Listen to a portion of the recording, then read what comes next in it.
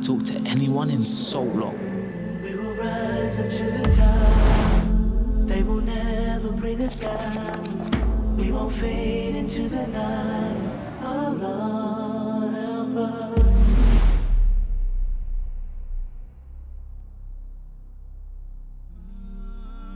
12th February. Future me. I hope you're reading this, shaking your head, wishing you could go back in time and tell me everything that would happen next. Last night my head was banging, so I decided to pray and go straight to sleep. Only problem, I couldn't. As the day drew nearer and the night came to an end, I read Fajr and decided to call my uncle. I haven't talked to anyone in so long, yet his words were so acquainted. They came as a warm embrace, telling me that sickness brings about benefits.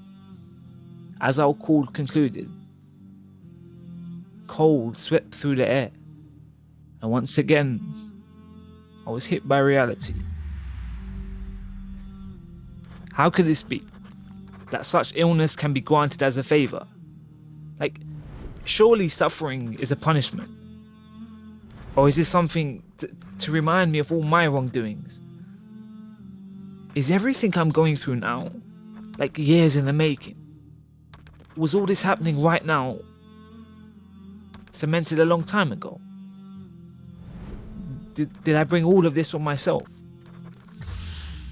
Adam, I'm not going to challenge you on any one of those questions which you asked. No.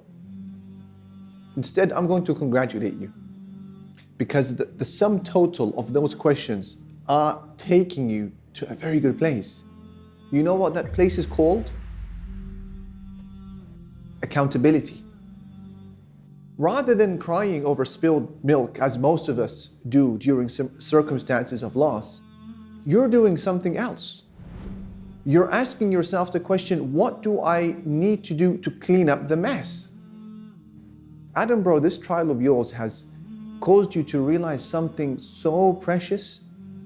You've realized that the biggest burden that there is in life, as well as the afterlife, is the burden of sin. But I don't want to leave it there. I want to add to it another layer of realization, that this difficult circumstance of yours is actually wiping away those sins, the biggest burdens of life and the afterlife. It is actively erasing them. I share with you some words that were said to help the likes of yourself find your feet during these circumstances. When the Messenger ﷺ said, مَا يُصِيبُ الْمُسْلِمَ مِن نَصَبٍ, any discomfort that affects the Muslim, وَلَا wasab, or an illness, وَلَا ham, or an anxiety, وَلَا حُزْنٍ, or a sadness, وَلَا أَذًى, or a harm, وَلَا غَم, or a worry, حَتَّى الشَّوْكَةِ يُشَاكُهَا, even the pricking of a thorn, إِلَّا كَفَّرَ اللَّهُ بِهَا مِنْ خَطَايَاهُ, except that Allah uses that difficulty to erase some of his sins. That's why, Adam, some of our predecessors would actually congratulate one another when they would recover from an illness. As Muslim ibn Yasar, he narrated that they would say to each other, لِيَهْنِكَ الطُّهْرُ, meaning, congratulations for the purification. After illness, they would say to one another, congratulations for the purification. And it doesn't stop there, because not only do these difficulties lighten our load of sin, which is the heaviest load that a human being could carry, but these circumstances also add to the account of good deeds as well, without you actively doing that good deed. And deeds are the only acceptable currency of exchange on the Day of Judgment. In fact, Imam Ibn al-Qayyim, he speaks of a woman who was known for her worship, who lost a finger in an accident, but she was seen smiling during the scene. They said to her, you smile despite the loss of a finger? What did she say? She said, حَلَاوَةُ أَجْرِهَا أَنْسَتْنِي مَرَارَةَ ذِكْرِهَا. The sweetness of the reward caused me to forget the bitterness of its pain. Allahu Akbar. And that's why some of the predecessors would say that لَوْلَا مَصَائِبَ الدُّنْيَا لو أردنا الآخرة مفاليس. Were it not for the calamities of life, we would meet Allah penniless. Penniless. Adam, you know how it feels to dab an antiseptic into a cut or a graze. It stings, it burns even. But what is it that gives you patience?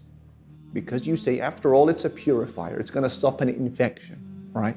So in the same vein, the believer is so collected, so gathered, so patient during a burning circumstance of life, because he knows, she knows, it's a much needed purifier. Every second of it, it's eliminating the infection of sins. That's such a soothing thought and a relieving one. So allow it to sting. Allow it to do what you need it to do. And in the end, you are the winner in all of this. Dear brothers and sisters, the famous Hanbali jurist Imam ibn Qudama said that if a king said to a poor person, every time I hit you with this small branch, I will give you 1,000 dinars of gold, such a man would wish to be frequently hit, not because it doesn't hurt, but because of the outcome which he aspires for, even if the hits become painful.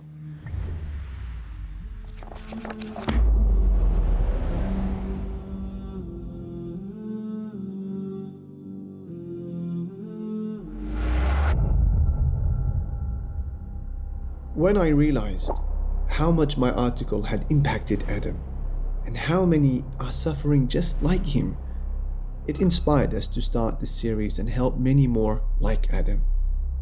I invite you to benefit from the complete series available on onlinemasjid.islam21c.com.